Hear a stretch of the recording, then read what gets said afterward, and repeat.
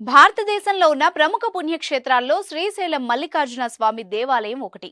ముఖ్యంగా శివభక్తులకు ఎంతో ఇష్టమైన ప్రదేశం. అందుకే ఇక్కడి మల్లికార్జున స్వామిని దర్శించుకోవడం కోసం ప్రతి ఏటా వేలాది మంది భక్తులు స్వామివారి దర్శనం కోసం వస్తూ ఉంటారు.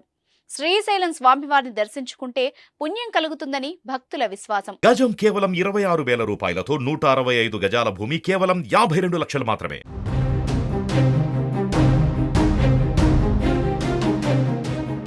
ఆయన సన్నిధానంలో ఒక్క రోజైనా గడిపితే సుఖశాంతులు కలుగుతాయని నమ్మకం.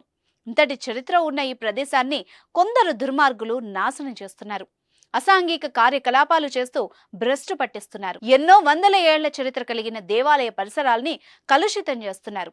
అయితే ఈ బాటిళ్లు ఎక్కడి నుంచి వచ్చాయి, ఎవరు తీసుకొచ్చారు, ఇంకా దీని వెనక ఎవరెవరు ఉన్నారన్న కోణంలో పోలీసులు దర్యాప్తు ప్రారంభించారు. తాజాగా శ్రీశైలంలో లిక్కర్ బాటిళ్లు ప్రత్యక్షం కావడంతో ప్రస్తుతం భక్తుల్లో ఆందోళన నెలకొంది. నంద్యాల జిల్లా శ్రీశైలంలో తెలంగాణ మద్యం పోలీసులకు భారీగా పట్టుబడింది.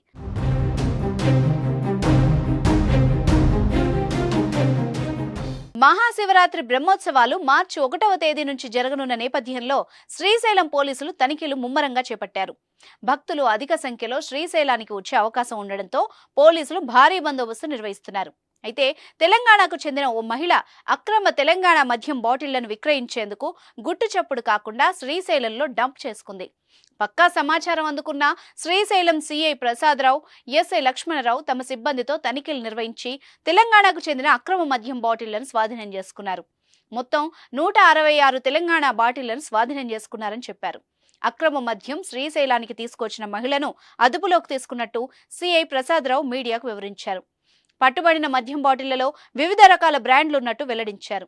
దీనిపై కేసు నమోదు చేసి నిందితురాల్ని కోర్టు ఎదుట హాజరుపరుస్తామని సీఐ తెలిపారు. అయితే శ్రీశైలం మహాక్షేత్రం పరిధిలో మద్యం, మాంసం విక్రయాలు నిషేధమని, ఎంతటి వారైనా అసాంఘిక కార్యకలాపాలకు పాల్పడితే కఠిన చర్యలు తప్పవని ఈ సందర్భంగా సీఐ ప్రసాదరావు హెచ్చరించారు.